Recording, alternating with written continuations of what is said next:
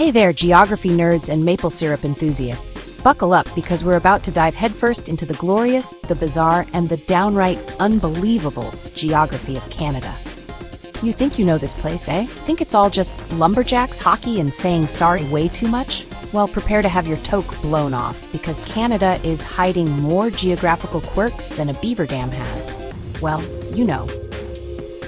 We're talking coastlines longer than your last relationship, more lakes than you can shake a hockey stick at, and a town that's basically a giant welcome mat for aliens. You heard me right, aliens. So, grab your poutine, adjust your flannel, and get ready for 25 ridiculous geography facts about Canada you won't believe. And trust me, you're going to want to believe this. This isn't your grandma's geography lesson, folks. This is about to get real. We're talking facts so mind-blowing, so outlandishly awesome, that you'll be questioning everything you thought you knew about the Great White North. And hey, maybe you'll even learn a thing or two. But hey, don't just take my word for it. Let's jump right into the thick of it, shall we?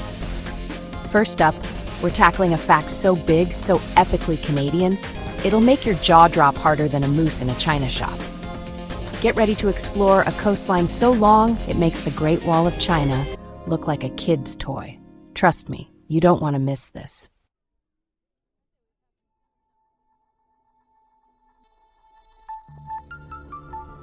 Okay, folks, first up on our whirlwind tour of Canada's geographical oddities, we're talking coastlines.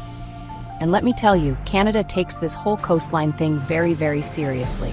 I mean, we're talking about a country that practically invented the word vast.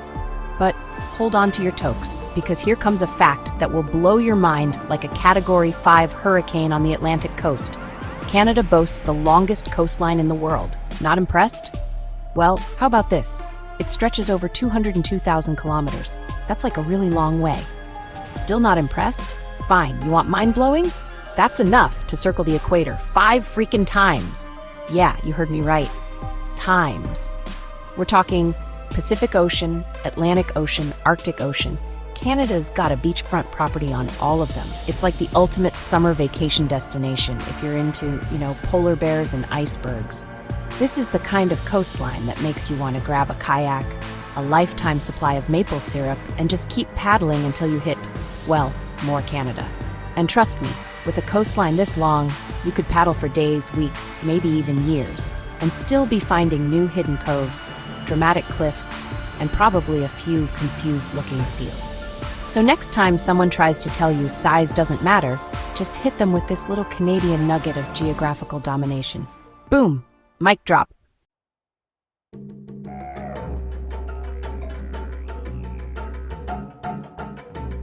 All right, folks.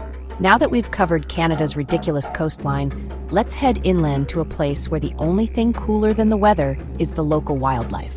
I'm talking about Churchill, Manitoba, a town so awesome, they made it the polar bear capital of the world. That's right, forget Wall Street. This is where the real polar bears hang out. And when I say polar bear capital, I'm not talking about some cheesy tourist trap with a guy in a polar bear suit.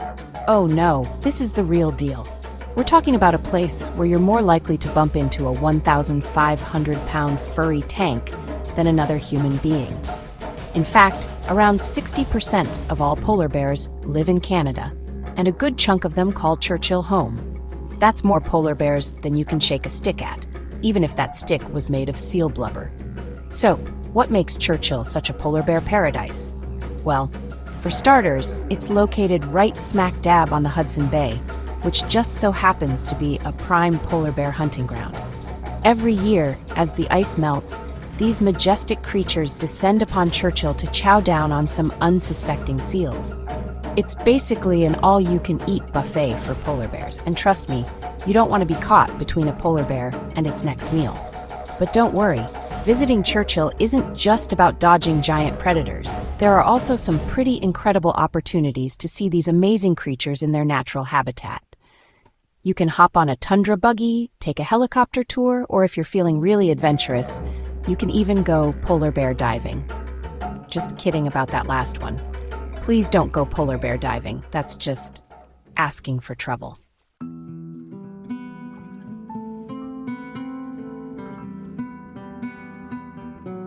All right, buckle up, Buttercup, because Canada's about to get weirder than a platypus wearing a tuxedo.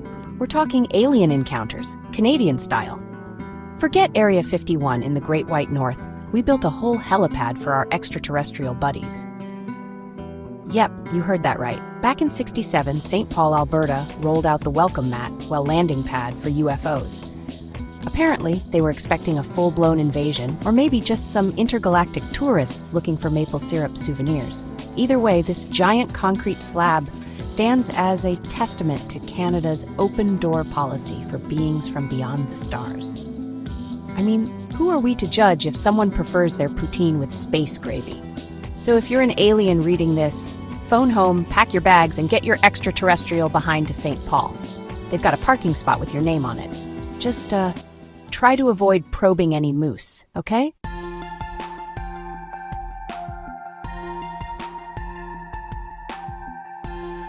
Okay, let's talk about lakes. And no, I'm not talking about that time I accidentally spilled my unicorn-shaped pool floaty collection into a kiddie pool. I'm talking about real lakes. Canadian lakes. Canada is practically bursting at the seams with these watery wonders. We're talking over 2 million lakes, folks. That's right, 2 million, more than every other country combined. Seriously, we could probably solve world thirst with our lake reserves, but then where would we put all the canoes? Imagine trying to name them all. You'd run out of creative juice faster than a beaver in a lumberjack convention. Lake awesome, lake super awesome, lake even more awesome. You get the picture. So, next time you're feeling thirsty, grab a canoe paddle and head to Canada. Just, maybe bring a water filter, because 2 million lakes doesn't necessarily mean they're all crystal clear.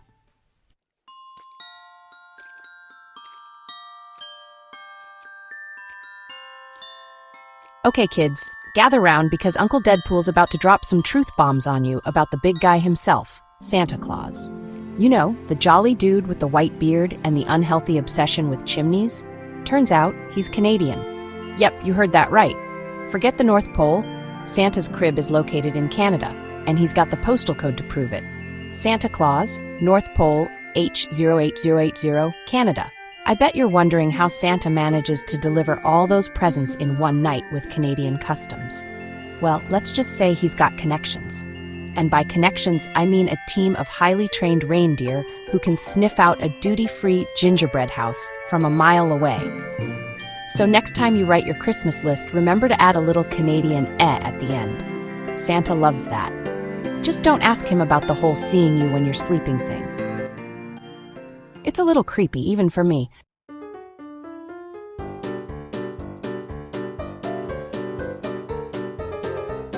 All right, everyone knows Canada is famous for its politeness, right? Well, apparently that applies to their correctional facilities too, because get this, smallest jail in North America? It's in Rodney, Ontario. This place is so tiny, you could probably throw a beaver over it. We're talking 24 square meters, folks. That's like smaller than my trailer on the set of Green Lantern. Not my proudest moment, but hey, at least I could stretch out in there. 2 inmates max. 2. Can you imagine being locked up with your worst enemy in that shoebox? They probably end up braiding each other's hair and whispering secrets after lights out. It's basically a Canadian sitcom waiting to happen. Picture it, 2 guys, 1 tiny jail. Netflix, call me. We'll make it happen.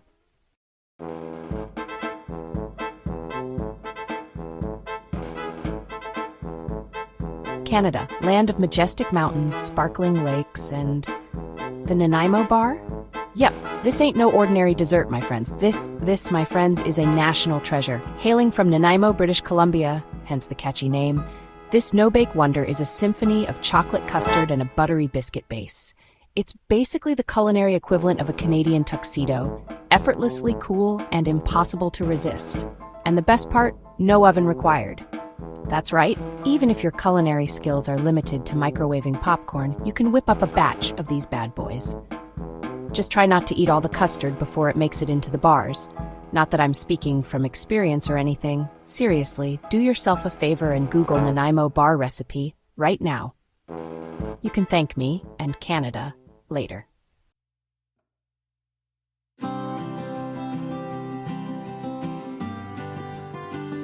Okay, let's talk about the good stuff. the liquid gold, the nectar of the Canadian gods, maple syrup. Did you know that Canada produces a whopping 71% of the world's supply?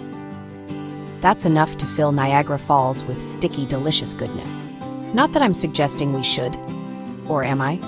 And where does all this magical elixir come from? Well, mostly Quebec. They're like the Texas of maple syrup, pumping out 90% of Canada's supply. They've even got a strategic reserve, just in case of a global pancake emergency. Seriously, these guys take their syrup seriously. They've got grading systems, flavor profiles, the whole shebang. It's like the wine world, but with more flannel and fewer snooty sommeliers. So next time you're drowning your pancakes in a pool of mapley goodness, take a moment to appreciate the Great White North. They're the real MVPs of breakfast.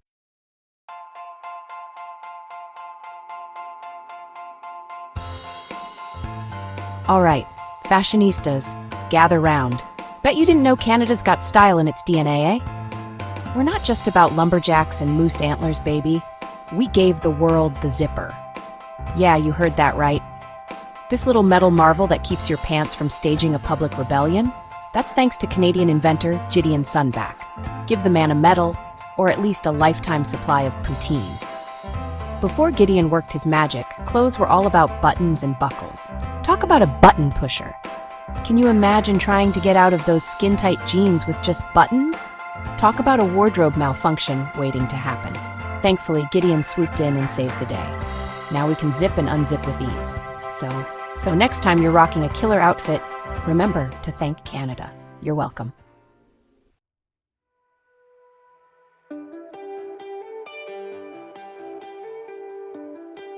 All right, space cadets, buckle up. Want to visit Mars without the whole, leaving Earth thing?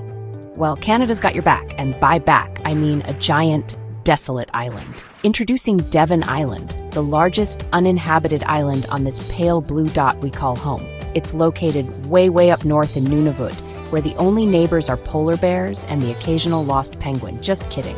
There are no penguins in the Arctic, or are there? This place is so barren, so desolate, so freaking huge that NASA uses it as a Mars simulation site. Yeah, they pretend they're astronauts driving around in rovers, collecting rocks. It's actually kind of cute. So if you're ever feeling adventurous, pack your bags, grab your spacesuit, and maybe some bug spray, those mosquitoes are vicious, and head on up to Devon Island. Just don't blame me if you run into Matt Damon.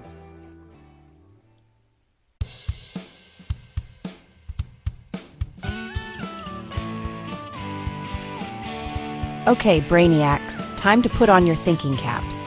Get ready to have your minds blown. Not literally, of course. That's messy.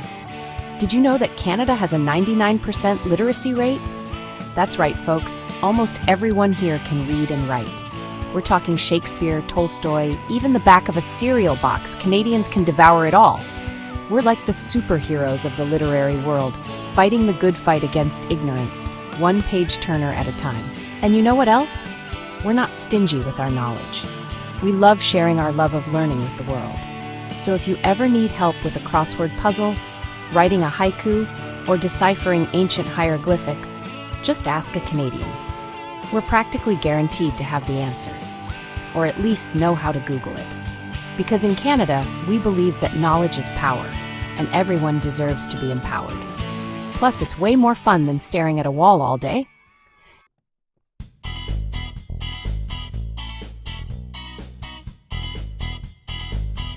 All right, tree huggers, listen up. You know how much I love a good chimichanga, right? Well, Canada loves its trees even more. We're talking 40% of the entire country covered in forests. That's like enough lumber to build a giant beaver dam around the entire perimeter. Just picture that for a second. 396 million hectares of pure, unadulterated trees. That's a lot of oxygen, folks. So next time you're gasping for air after laughing at one of my jokes, thank Canada, you're welcome. Now, if you'll excuse me, I need to go find a Canadian maple to hug. Don't judge, it's for science. Or maybe I just really like syrup.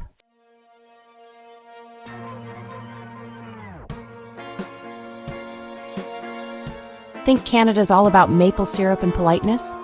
Think again, bub. We've got ice too. And I'm not talking about the kind you put in your drink. The Columbia ice field is so massive, it could put your freezer to shame.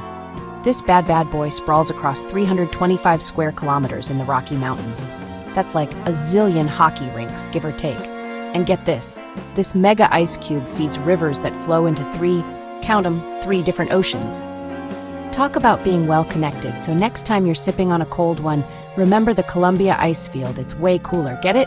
Cooler? Okay, moving on.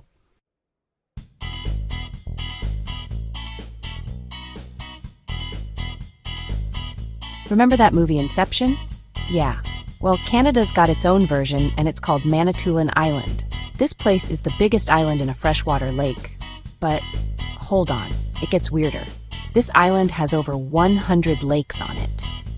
It's like a turducken, but with land and water. And guess what? Some of those lakes have islands in them too. It's islands all the way down, people. Someone call Christopher Nolan, we've got a sequel to film. Manitoulin Island, proof that Canada just loves to mess with the laws of geography. And my brain.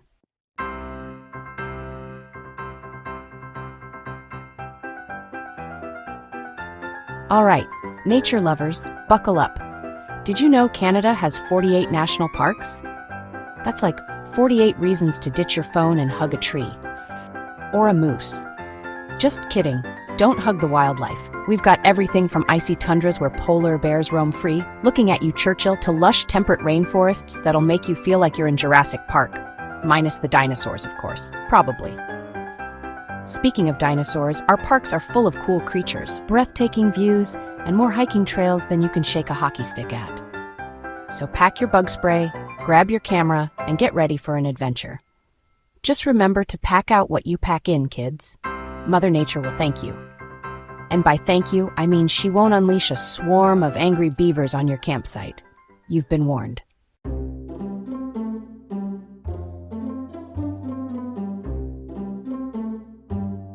Okay, beach bums, this one's for you. Ever heard of Wasaga Beach?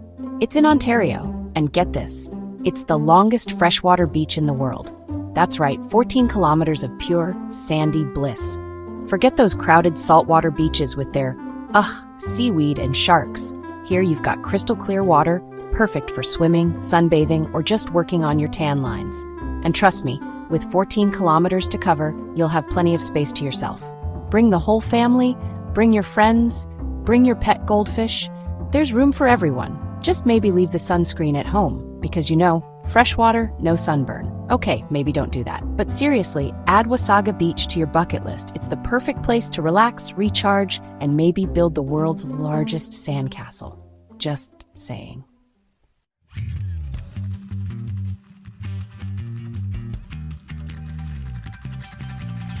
All right, folks, let's talk hockey. Because what's more Canadian than a giant hockey stick? And I'm not talking about your average run-of-the-mill twig here. I'm talking about a 205-foot behemoth located in Duncan, BC. That's taller than a 20-story building. This bad boy weighs over 28 tons, which is like the weight of 20 hippos, or one really big moose. They built this thing back in 1985, and let me tell you, it's been a tourist attraction ever since. People come from all over to take pictures with it, climb all over it, not that I condone that, safety first, and just marvel at its sheer size. It's basically a Canadian rite of passage. So, next time you're in beautiful British Columbia, make sure you swing by Duncan and pay homage to the world's largest hockey stick. It's a sight you won't soon forget. And hey, maybe you'll even get inspired to hit the ice yourself. Just don't ask me to join. I'm more of a figure skating kind of guy.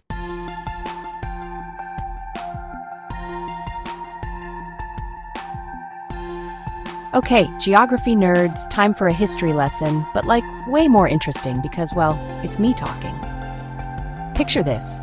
The year is 1885. Queen Victoria is chilling on her throne, probably surrounded by corgis, and some brilliant Canadians decide to create Banff National Park. Boom! First national park in Canada, third oldest in the whole world. Take that, Yellowstone. You might be older, but Banff's got mountains. Majestic, snow-capped mountains that make you want to yodel. And hot springs. Don't even get me started on the hot springs. Imagine soaking in naturally heated mineral water surrounded by breathtaking scenery. It's basically the most Canadian spa day ever. So yeah, Banff National Park, a place where you can hike, ski, see wildlife, and pretend you're in a Bob Ross painting. Just watch out for bears. They're less impressed by the scenery than I am.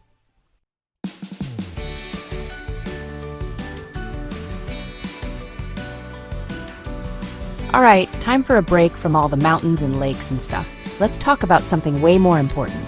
Superheroes. Okay, fine, scientists. But trust me, this is some real-life superhero stuff. In 1921, these two Canadian geniuses, Frederick Banting and Charles Best, discovered insulin. Yeah, insulin. The stuff that keeps millions of people with diabetes alive and kicking. Before that, having diabetes was basically a death sentence. These guys, they were like the Avengers of medicine. They swooped in, saved the day, and probably celebrated with a nice plate of poutine. Because, you know, Canada. So next time you see someone enjoying a sugary treat without a care in the world, remember to thank Banting and Best. They're the real MVPs. Also, maybe thank Canada while you're at it. We're pretty great.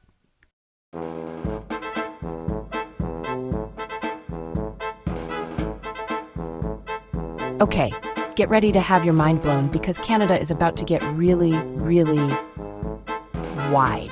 Like seriously wide. As in 6 time zones wide. That's right, 6. We're talking Newfoundland to Pacific time, baby. You could eat breakfast in St. John's while someone in Vancouver is still snoring away. It's like having a built-in time machine, only without the paradoxes and awkward run-ins with your past self. So yeah, if you ever need to make a phone call across Canada, make sure you double-check the time difference. Otherwise, you might accidentally wake someone up at 3 a.m. with your enthusiastic rendition of "Oh, Canada?" Not that I would know anything about that. Next time someone tells you Canada's boring, just hit them with the 6 time zones fact. They'll be like, "Whoa, Canada's trippy." You're welcome.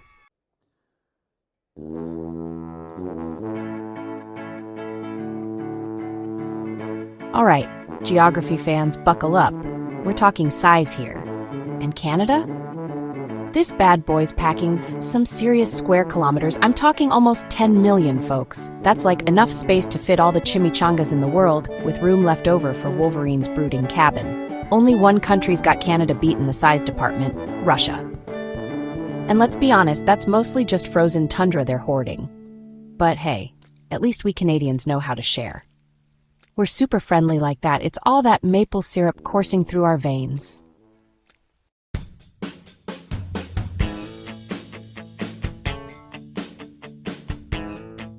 Okay, let's talk about the important stuff. Donuts. Those glorings of deep-fried, sugar-coated happiness. And guess what? Canada? Yeah, we're kind of obsessed. We've got more donut shops per capita than anywhere else in the world. You can thank or blame Tim Hortons for that. They're like the Canadian Starbucks. Except instead of pretentious coffee, we've got double-doubles and Timbits. Seriously, you can't throw a hockey stick in this country without hitting a Timmy's. It's practically in our constitution.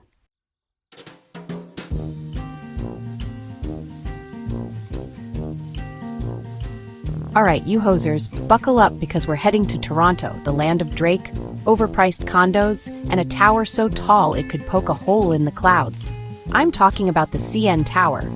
And no, it doesn't stand for Captain No Fun, even though climbing all those stairs might sound like it.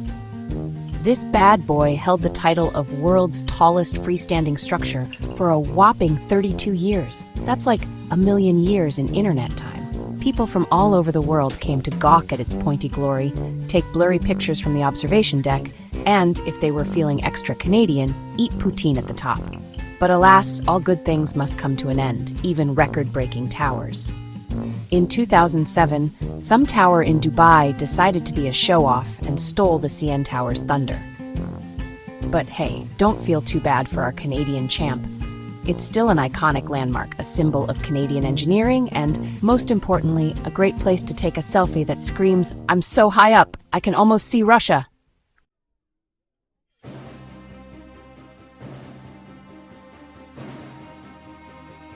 All right, let's talk tides, baby. But not those weak, barely there tides you see at some beaches. I'm talking about the kind of tides that could carry away a small cruise ship. And where do you find these epic, ocean-shifting tides? Why, in Canada, of course. More specifically, the Bay of Fundy. Imagine this. You're just chilling on the beach, building a sandcastle that would make even Queen Elsa jealous when suddenly the ocean starts pulling back like it's late for a hair appointment. And I'm not talking about a few feet here. I'm talking about the water disappearing so far out, you could probably walk to Prince Edward Island if it weren't for, the whole being underwater thing later. See, the Bay of Fundy has the highest tides in the world, reaching up to 50 feet. That's taller than a giraffe riding a double-decker bus wearing a top hat. It's a sight so impressive, it'll make you want to grab a kayak, paddle out there, and scream, "I'm on top of the world." Or at least I'm on top of the water. For now.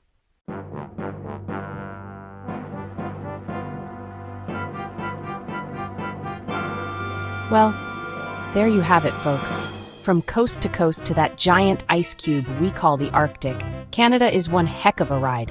We've got everything from teeny tiny jails to lakes that could swallow a small country, alien landing pads just in case, and enough maple syrup to drown a moose. If you enjoyed this whirlwind tour of Canadian craziness, give this video a thumbs up so enthusiastic, it'll make Justin Trudeau proud. Drop your favorite fact in the comments below. Bonus points for obscure trivia that'll make me go, wait, seriously? And don't forget to subscribe for more awesome content. Until next time, stay curious, stay awesome, and don't forget to wear a toque in the winter, eh?